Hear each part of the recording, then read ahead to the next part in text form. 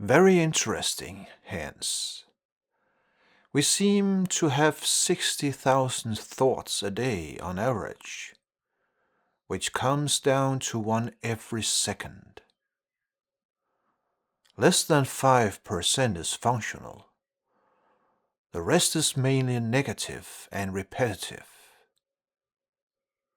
Once it is seen that the ego is an illusion, the number of thoughts should drop dramatically as the ego fades away and eventually dies. Did you really silence the voice in your head, Hans? Or are you still in the process? Do you sometimes count your thoughts to see if you are making any progress?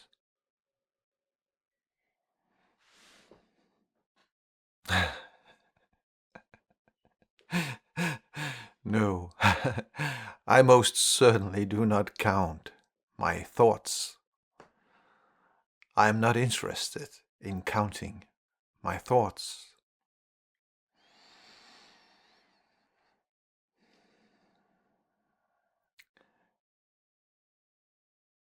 At the core of the ego, what we call the ego, is identification with thinking. With that I mean that the idea we have about ourselves is an idea. And that means that we constantly have to think about ourselves. For if we do not do that, then this idea is non-existing. Any idea has to be thought into existence, for else it has no existence. So the awakening is a direct recognition of this process, a direct recognition of this misunderstanding that who I am has to be thought into existence.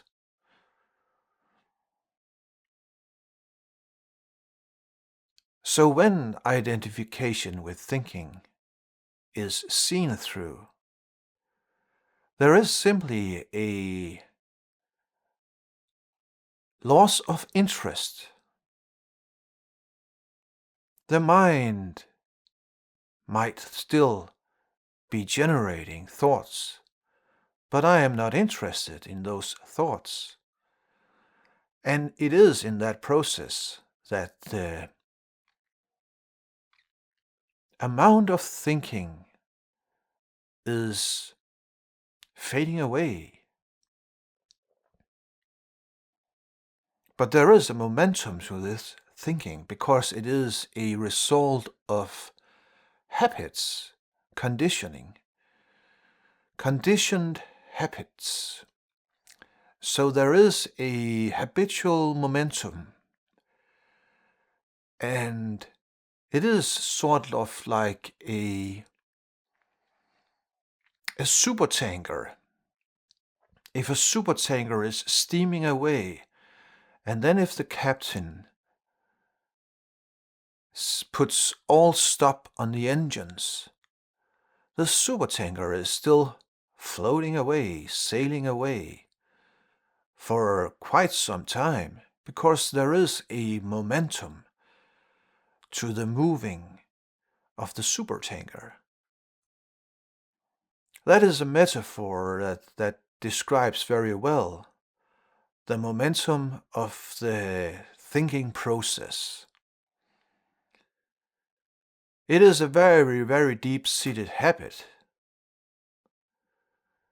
And that habit has to slowly fade away.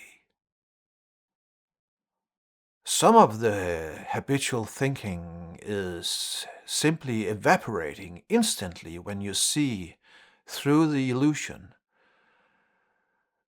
But there might be a lot of the other habits that are very old and very deep-seated. They might continue.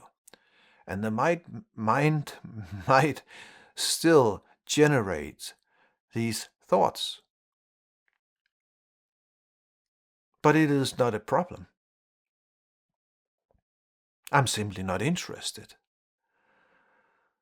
I am able to watch the mind insisting upon being the judge, the narrator, the commenter. It is interested in commenting on everything, almost everything, and evaluating and judging, but I am not interested. So the mind has no one to speak to, so to say, so to speak, so to say.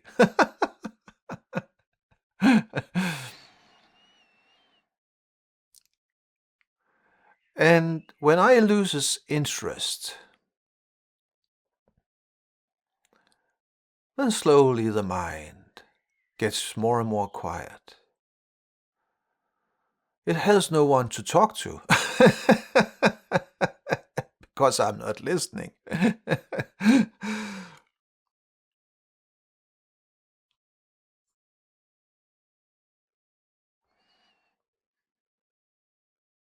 So you cannot control yourself out of that.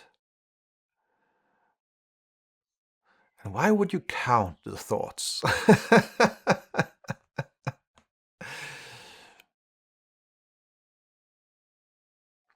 Simply see through the illusion.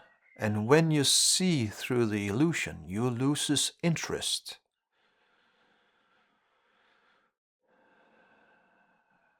And this losing of interest is what is losing the grip.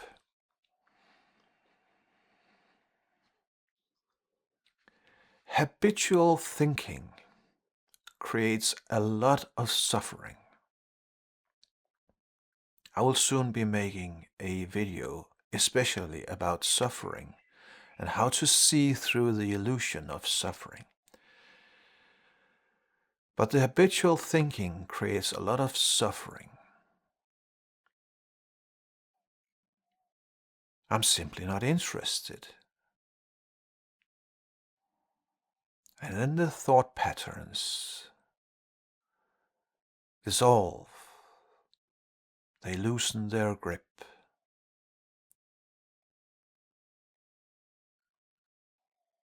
So for the most part, it's quiet.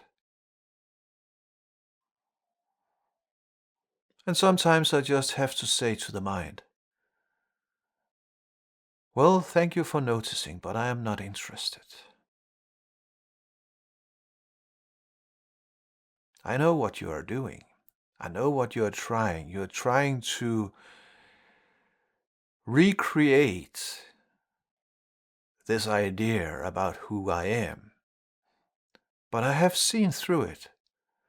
I've seen it for what it is, an illusion. I'm not interested in that illusion. But the mind is very habitual. And that's okay. That's not a problem.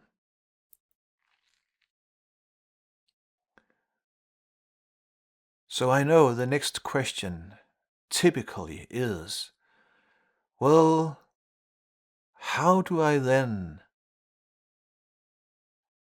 discern between the thoughts? Which thoughts are habitual and which thoughts are mine? Which thoughts are productive?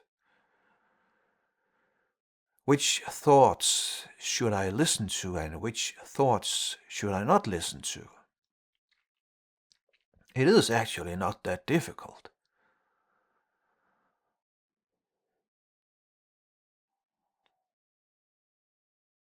A lot of the thoughts are the mind building an idea about reality. They are not real. They will never become real. And if the mind insists upon them being real, the result is suffering.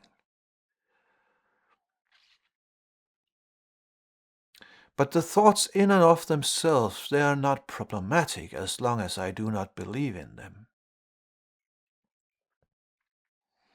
Thinking is building models. It's a useful tool, but that is all that it is. Thinking is creating a mental image, a mental model. And that, as I said, can be a creative tool. Visualizing something, visualizing a piece of art, and then creating that piece of art.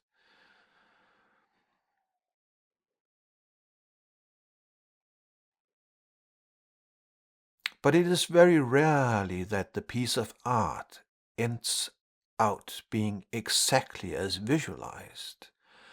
And then if the mind demands that it has to be exactly as it is visualized, then there might be some suffering. And then the mind might visualize that the cat should certainly not come and interrupt me. But still the cat does.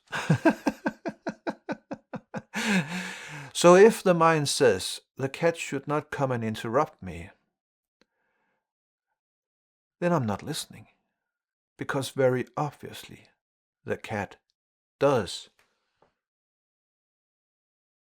Okay, now it's quiet. So thinking is building models, building mental models. They are not reality. They are and they will always just be models. But do you take them to be real?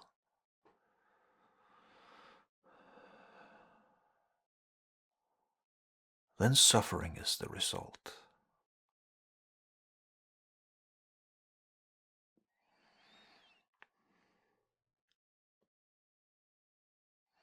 Awakening is the dawning, the realization, the very clear seeing that no kind of thinking would ever be able to define who you are.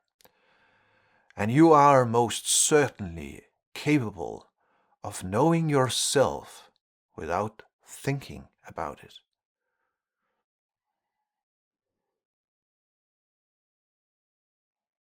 But the mind will refuse that.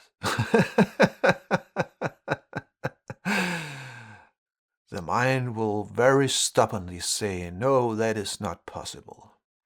But of course it is. The intelligence that you are so much vaster, so much deeper than the thinking mind.